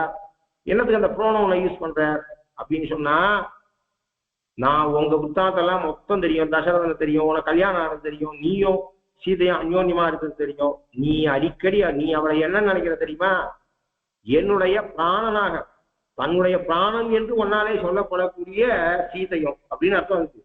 அப்படின்னா அந்த ஆதி கவினா அவனுடைய பாரம், சீதையும் என் பிராணனும் ராவணனாலே அபகரிக்கப்பட்டதுன்னு அவன் சொல்லல. மறைமுகமா என்ன சொல்றா, சாணம் சொன்னதுனாலே, சாணா என்ன அர்த்தம், விவக்ஷ. புரோணனுக்கு விவக்ஷ அடியாக அர்த்தமாகும். உன்னாலே என்னுடைய வெளிப்பிராணன், என்னுடைய பிராணன் சீதை, என்னுடைய பிராணாக, பிராணாகனா பஞ்சப்பிராணம், பகுவச்சனத்துலாம் பிரயோகம் பண்ணணும். பிராணாகனா பிராணாபான வியானோதான சமானம், இந்த 5 பிராணமாக இருக்கக்கூடிய. எப்பதான் நீ என்ன சொல்ற, மம பிராணாக சீதை யாரு அப்படின்னா ராமன் ஸ்டேட்மெண்ட். சீதைய என்னுடைய பிராணங்கள், என்னுடைய பஞ்ச பிராணம் அவ பஞ்ச பிராணாவோ நீ சொல்லிட்டு இருக்கிய. உன்னுடைய பிராணமும் சீதையும் நானும் ராவணனாலே கொண்டு செல்லப்பட்டோம்னு சொன்னா ரசம் இருக்காது. சாணத புரோணனை பயன்படுத்தினார். உன்னுடைய பிராணமும் என்னுடைய பிராணமும் 2 பிராணம், 2 பேருடைய பிராணங்கள் அபகரிக்கப்பட்டது. உன்னுடைய பிராணனும் ராமனுடைய பிராணனும் தன்னுடைய பிராணம் ஜடாயுடைய பிராணம். ராவணன் 2 பிராணனை கொண்டு போயிருக்கான், 2 பேரோட பிராணனை கவர்ந்துட்டு போயிருக்கான் ராவணன். ஒண்ணு என்னோட பிராணம், இன்னொன்னு உன்னுடைய பிராணம். ஏன்னா நீயே தானே சொல்லியிருக்க என் பிராணம் சீதை, என் பிராணம் சீதைன்னு சொல்லிட்டு இருக்க அப்படின்றதுக்காக சொன்னான். அந்த இடத்துலையும் அவனை ஆயுஷ்மன் என்று மங்களாசாசனம் பண்ண விடல. அப்படின்னா அதுல கூட சொல்லுவா, நான் என்ன கஷ்ட காலத்திலயும் உனக்கு மங்களாசாசனம் பண்றதுக்கு நான் என்ன ஜடாயுவா அப்படின்னா பாட்டு இருக்கு பாருங்க அப்படின்னு சொல்றதால. அது மாத்திரம் இல்லை, அதுக்கு மேல சொல்றான் ஆயுஷ்மானே. ஆயுஷ்மானதை ஆவர்த்தி பண்ணிக்கணும் இந்த விழி சொல்ல. சிரஞ்சீவியே இன்னொன்னு சொல்றேன் கேளு, நான் ஜோதிஷ் சாஸ்திரத்துல மகா கட்டிக்காரன். குரங்க தொழுகிறார்கள். யாரு குரங்குனா, நீ ராமாயணத்தை படிக்காதே, நீ ஒன்னும் சரியா படிக்கிறதுல, நீ பூர்வம்பளம் மட்டும் பண்ற, மற்றவாள் தூசிக்கிற. பாலகாண்டத்தை வாசி அவளை அனுமாரெல்லாம் குரங்குனே நீ சொல்ல மாட்டேன், ஜடா இவ பக்ஷின்னே சொல்ல மாட்டேன். அப்படின்னா அவர் சொல்ல, நான் ஜோதிஷ் சாஸ்திரத்துல கெட்டிக்காரன் அப்படிங்கிற. நான் ஜோதிஷ் சாஸ்திரத்துல கெட்டிக்காரன். விந்தம்ன்ற முகூர்த்தத்துல இது பாரு, யாரு கொண்டு போனா அவனுடைய ஃபர்தரா அவனை எப்படி தேட வந்ததுக்கு மாத்திரம் இல்ல, இன்னும் ஒண்ணு ஒத்தலம் கொடுக்கிற அவன் கஷ்டத்துக்கு தரிச்சிருக்கிறதுக்கு. நான் ஜோதிஷ் சாஸ்திரத்துல கெட்டிக்காரன். அவனும் கெட்டிக்காரனா இருக்கிற அவனுக்கு இந்த காமம் புத்தியை கெடுத்துரும். காமம் மனசுல ஒருத்தங்கிட்ட வந்துதானா புத்தி மொத்தம் அழுகி போடும். அவனும் ஜோதிஷ் சாஸ்திரத்துல கெட்டிக்காரன். பைத்தியக்காரன் எந்த நாயில ஒரு வஸ்து எடுக்கணும் தெரியல. விந்தோ நாம முகூர்த்தோயம், அது விந்த முகூர்த்தத்துல எடுக்கிறோன்றத அவன் தெரிஞ்சுக்கல. இப்ப இவர் என்ன சொல்ற, சது காகுஸ்தன் ரொம்ப அந்த ஸ்லோகங்களை ரசிச்சு பார்க்கணும். விந்தம்ன்ற முகூர்த்தத்துல அவன் எடுத்திருக்கான். அதுக்கு என்ன அர்த்தம்? விந்த தீதி நஷ்டம் தனம் விந்த தீதி. அந்த முகூர்த்தத்துக்கு பேரு விந்தம்னு முகூர்த்தம். என்னன்னா அந்த நாளில எது களவு போகிறதோ அது அதனுடைய சுவாமி கிட்ட வந்து சேர்ந்துடும் அப்படின்றதுக்காக அந்த முகூர்த்தத்துக்கே அந்த பேரை வச்சிருக்கா. விந்தம் தனம் விந்ததி, நஷ்டம் தனம் விந்ததி அப்படின்னு அர்த்தம். அது தெரியாம எடுத்துட்டான்னு சொல்ல, அதை யோசிக்காத எடுத்துட்டானா என்ன அர்த்தம்? அவனுக்கும் அந்த சாஸ்திரம் தெரியும்ன்றத காட்டுறான் அவன். அதனால என்னோட திருஷ்டி அது மாத்திரம் இல்ல, சீக்கிரம் சீக்கிரம் சொல்றேன், இதையும் ஒன்று கேட்டுக்கோ. அப்படின்னா நம்ம திருஷ்டி பிரமதி. அது மாத்திரம் இல்ல, அந்த இடத்துல வால்மீகி ராமாயண பாஷா மரணம் சம்பவிக்கிறதுக்கு முதல் க்ஷணத்துல யாரா இருந்தாலும் ஒரு சில தூக்கத்துல மரணிச்சுட்டார் அப்படின்னா, கார்த்தி பத்துட்டே காத்தால எழுந்துக்கலன்னு நீ என்ன சொல்ற, தூக்கத்துல மரணிச்சுட்டார். தூக்கத்துல தூங்கிட்டே இருக்கும்போது மரணிக்கவே முடியாது. அவளுக்கு தூக்கத்தை விட்டு வெளில வந்துதான் மரணிச்சிருக்கா, நீங்க அதை கவனிக்கல அப்படின்னு அர்த்தம். ஏன்னா இந்த லிங்கங்கள் எல்லாம் மரணத்துல என்னென்ன லிங்கம் வரும் மொத்தம் இருக்கு ராமாயணத்துல. ஒரு ஐவன் பாட்டு என்னது மைத்தான மண்ணாங்கட்டி அப்படின்னு சொல்றீங்க, நீ படிச்சு பார்த்தா அவங்களுக்கு தெரியும். ஒரு மனுஷனால இவ்வளவு எத்தனை ஜோதிஷம், இந்த 4 ஸ்லோகத்துக்குள்ள எத்தனை ஜோதிஷம் சொல்றான், எத்தனை விஷயம் சொல்றான். மரணத்துக்கு முன்னாடி கண்ணு எப்படி சுத்தம், வஸ்துக்கள் எப்படி சுத்தம், என்னென்னலாம் எப்பேற்பட்டவனுக்கும் வரும்னு அர்த்தம். இது நான் தூக்கத்துல போறதுன்றதெல்லாம் கிடையாது அப்படின்னு சொன்னா. திருஷ்டி பிரமதி, கண்ணு சுத்தம், ஒரு ஆயாசம் வரும், என்னென்னலாம் வரும், உடம்புல என்னென்ன உபாதை வரும் அப்படிங்கிறத அங்க சொல்ற. இது மொத்தம் வந்துடுச்சு எனக்கு. இது ஒண்ணுத்த கேட்டு நீ கவலைப்படாத சிரஞ்சீவியே, உனக்கு அவ கடைக்கு போறா, எனக்கு ஜோதிஷ் சாஸ்திரம் தெரியும். அந்த விந்த முகூர்த்தத்துல எடுத்துட்டான் அவன். அந்த வஸ்து கெடாம அந்த சுவாமி கிட்ட வந்து சேர்ந்துடும். அதாவது நேற்று பெங்களூர்ல 4 நாள் முன்னாடி 7.5 கோடி ரூபாய் இந்த ஏடிஎம்க்குலாம் போய் பணம் போடுறாரு. அந்த கான்ஸ்டபிளே ஒருத்தன் கூட இருந்து மகானுபாவால் 10 பேரா சேர்ந்து அதை கொள்ளடிச்சான். கடைசியில் கண்டுபிடிச்சுட்டா. இன்னும் 36 லட்சம் பெண்டிங்கிறான். இன்னும் 30 அந்த 7.5 கோடியில 36 லட்சம் தவிர மீதி வந்தது அப்படின்னு சொல்றான். அப்படி வராது. எந்த அந்த கொண்டு போகப்பட்ட வஸ்துவுக்கோ எந்த நிர்தோஷம் இல்லாத பூர்ணமா அவங்கிட்ட வந்து சேர்ந்துரும்னு இருக்கு ஜோதிஷ் சாஸ்திரத்துல. இது என்ன பண்றான், ஆயுஷ்மன்னு கூப்பிட்டு இந்த மரணப்படுக்கையில அன்பினால இவ்வளவு உயிரை பிடிச்சுட்டு அவன் பேசுறான். ஆயுஷ்மான்னு கூப்பிட்டு யாரு கொண்டு போனான்னு மட்டும் சொல்லாம பத்தரா இவன் அழக்கூடாது. இவனை அவனுக்கு எனர்ஜியை கொடுக்கணும், அவனுக்கு வந்து ஆற்றலை கொடுக்கணும், அவனுக்கு மனசு நிம்மதியை கொடுக்கணும். அதுக்காக இவ்வளவு விஷயம் சொல்றான். மூச்சை பிடிச்சிருந்து பிராண இழுத்து பிடிச்சு வச்சுட்டு பேசுறான். விந்தோ நாம முகூர்த்தோயம், விந்த முகூர்த்தத்துல எடுத்தான். புத்தி கேட்டவன் அந்த வஸ்து எந்த, அதாவது 7 லட்சம் ரூபாய் 7.5 கோடி 35 லட்சமோ ஏதோ இன்னும் காணாது போயிட்டு மீதி எல்லாம் ரெக்கவர் பண்ணிட்டு அந்த மாதிரி வராது. அது நன்னா எடுத்துட்டு போன வஸ்து ஒரு தோஷம் இல்லாத சுவாமி கிட்ட வந்து சேரும்னு சொல்றதுன்னுட்டு அவர் பரமவிச்சார். சிரஞ்சீவின்னு கூப்பிட்டு இதை சொல்லிட்டு அவர் பரமவிச்சார். இதுல என்னதுதான் அப்பயும் ஆயுஷ்மன் சிரஞ்சீவி அப்படியே ராமனை சிரஞ்சீவின்னு வாழ்த்துட்டு மங்களாசாசனம் பண்ணிட்டு, மங்களாசாசனம்ன்றது பிரமாணம் இவ்வளவு இருக்குன்றதுக்கே சொல்றேன். நம்ம சம்பிரதாயத்துல மங்களாசாசனம்ன்றது அந்த சப்தம் எப்படி கொண்டு வந்தான்றதையும் புரிஞ்சுக்கலாம். ஆழ்வார் 2ஆம் பாசுரத்திலே மங்களாசாசனம், பெரியாழ்வார் தான் ஆரம்பத்திலேயே பல்லாண்டு பல்லாண்டு. இப்ப மன்னியன்னா பல்லாண்டு, பல்லாண்டு பல்லாண்டு பல்லாயிரத்தாண்டு பல கோடி 100,000 பல்லாண்டு. ஆழ்வாரத்துல நம்மாழ்வாரும் முதல் பாசுரத்திலேயே பல்லாண்டு தாக்கிறார். முன்னுரைத்த திருவிடுத்தல் 100 பாட்டும் முறையில் வரும் ஆசிரியம் 7 பாட்டும் மன்னி எனப்பொருள் பெரிய திருவந்தாதி மரவாளபடி 87 பாட்டும் பெண்ணுரைத்ததோ திருவாய்மொழிய போதும் பிழையற 1102 பாட்டும் இந்நிலத்தில் வைகாசி விசாகம் தென்னில் எடி உரைகள் வருமாறா இறங்கினியே. முன் உரைத்த திருவிருத்தம் 100 பாட்டும். முன்பு சொன்ன, முன்னிலைப்படுத்தி சொன்ன, முன் சொன்ன, முதல் கந்தமாக எழுதப்பட்ட, முதலிலே உரைக்கப்பட்ட, முன் உரைத்த. முன் உரைத்தன்றதுக்கு 2 அர்த்தம், ஸ்லேஷமான சப்தம். ஏன்னா பெருமாளை அங்க படற்கையில் ஆரம்பிக்கிறது. உயர்வர உயர்நலமுடையவன் எவனவன், பயர்வர மதிநலம் அன்பினன் எவனவன், அயர்வரும் அமரர்கள் அதிபதி எவனவன், துயரது சுடரடி தொழுதல் அவனை, அவனுடைய துயரது சுடரடியை என்மனவே நீ தொழுதல் படற்கையில. இங்க முன்னுரைத்த திருவிருத்தம் முன்னிலைப்படுத்தி இன்னின்ற நிர்மை இனி யாம் உறாமை உயிரளிப்பான் என்கின்ற யோனியுமாய் பிறந்தாய் இவையோர் தலைவ விழிச்சொல் மெய் நின்று கேட்டருளாய் அடியேன் செய்யும் விண்ணப்பமே. இது ஒரு கடுதாசி எழுதுறோம், அப்ளிகேஷன் வச்சுக்கோ. ஃப்ரம் டு விடுனர் பெறுனர், வணக்கத்துக்குரிய ஐயா, சப்ஜெக்ட் எங்க தெருவுக்கு ஸ்ட்ரீட் லைட் எரியல அப்படின்னு, ஃப்ரம் பாலாஜி டு கார்பரேஷன் யாரோ ஒருத்தர் ஆபீசர், அப்புறம் ஸ்ட்ரீட் லைட் இல்லை தண்ணி வரல அப்படின்னு ஏதோ எழுதுறோம். அதுக்கப்புறம் ஆக்சுவல் கண்டென்ட் எங்க ஆரம்பிக்கிறதுன்னா அது சப்ஜெக்ட். அப்போ விடுனர் பெறுனர் அதெல்லாம் இருக்கு. அது லெட்டரை சேர்ந்ததா இருந்தாலும் அதை ஒதுக்கிட்டு ஆக்சுவலா கண்டென்ட் எங்க ஆரம்பிக்கிறதுன்னு சொல்ற மாதிரி அடியேன் செய்யும் விண்ணப்பம், விண்ணப்பத்தை கேட்டுக்கோன்னு சொல்றேன். சடகோபனானா இப்படி இந்த சரீரத்துல மாட்டிட்டு திண்டாடி இருக்கன்னா நித்தியசூரிக்கு தலைவன், பெருனர் நித்தியசூரி தலைவன், விடுனர் பொய் நின்ற ஞானமும் பொல்லா ஒழுக்கும் அழுக்குடம்பும் இன்னின்ற நீர்மை இனிமேல்ட்டு ஜலகஷ்டம் இல்லாமல் ஸ்ட்ரீட் லைட்டோட வாழ விரும்புகிற பாலாஜி, கார்பரேஷன் இதை சரி பண்ணுவதற்கு தகுதி கொண்ட கார்பரேஷன் ஆபீசர் அப்படிங்கிற மாதிரி நீ விண்ணோர் தலைவன். ஒன்னால நித்திய சூரிய துல்லியனா என்னை வைக்கிற சக்தி உனக்கு இருக்கு. நான் திண்டாடி இருக்கேன் நான் நித்திய சூரிய தலைவனான இடத்துல விண்ணப்பம் பண்றேன்னு சொல்றாரு. அப்ப விடுனர் பெறுனர் தான் அங்க இருக்கு. ஆக்சுவல் பாசம் 2ஆம் பாசம், கண்டென்ட் 2ஆம் பாசத்துக்கு ஆரம்பிக்குது. செல்லு நீர் சடத்து கயல் மேல இருந்தால் ஒப்ப சேயரிக்கன் அருநீர் துளும்ப வளமருகின்றன வாழியரோ வாழியரோ.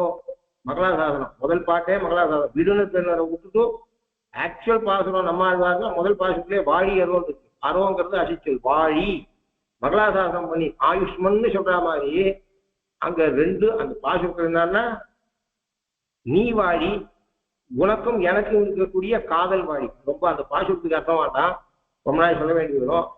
நீ வாழ வேண்டும், அரியோமோடு நின்னோடும் அந்த பாசுரத்திலேயும் வருது. சொல்லுடைய அமைப்பு அப்படி இருக்கு.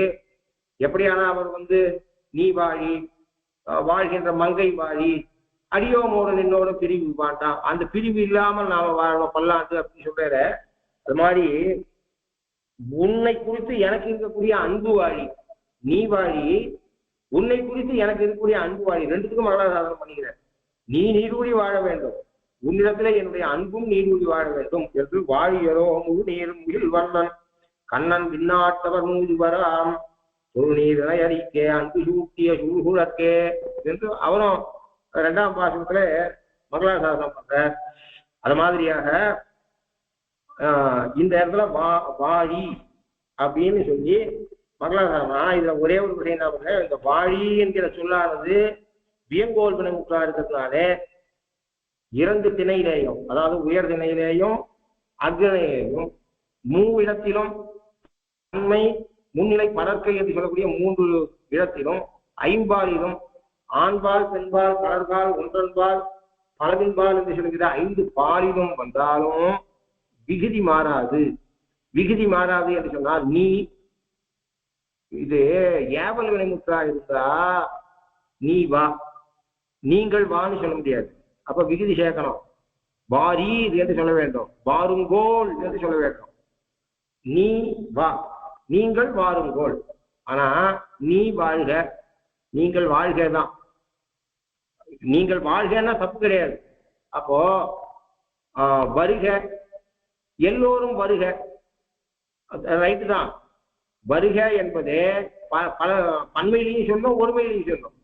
ஆகையினால தமிழ் வாழ்க, தமிழர் வாழ்க, பலர்பாலா இருந்தாலும் தமிழ் வாழ்க, தமிழன் வாழ்க, தமிழர் வாழ்க, எல்லாத்துக்கும் ஒரே ஒரே பிரியோட ஒரே சொல்லியை பயன்படுத்தலாம்.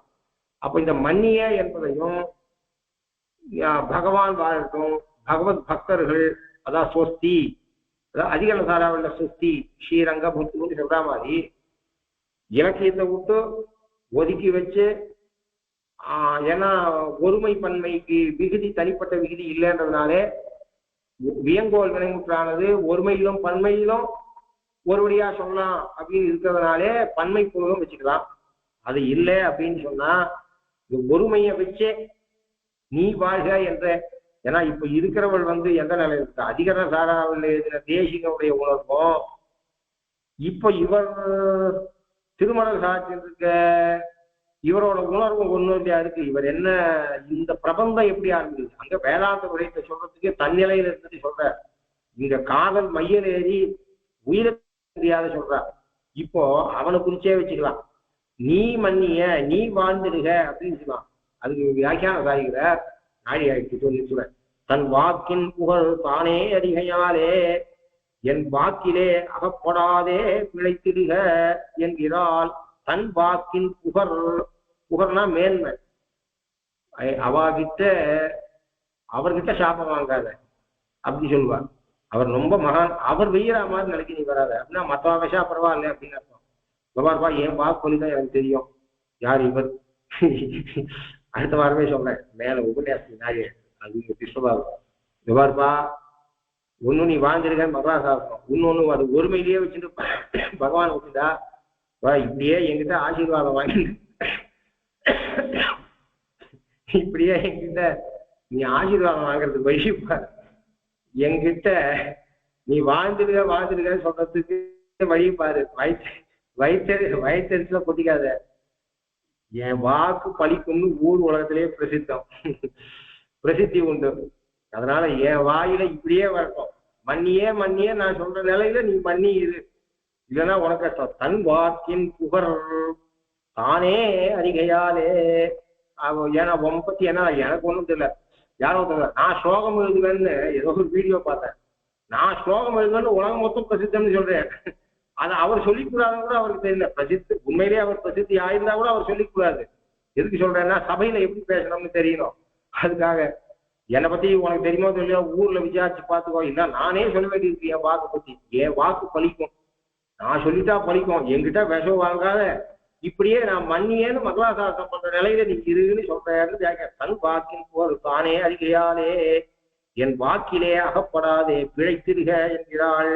அத்வாரம் சிம்மாய கல்யாண பிரசாதினே ஸ்ரீமதே வெங்கடேசாய வேதாந்த குரவே நமஹ. ஸ்ரீமதே ஸ்ரீ லக்ஷ்மீ சுமதி பாதுவா சேவக ஸ்ரீவன் சகோப ஸ்ரீ நாராயண தீந்திர மகாதேசிகாய நமஹ. ஸ்ரீமதே ஸ்ரீவன் சகோப ஸ்ரீ ரங்கநாத தீந்திர மகாதேசிகாய நமஹ.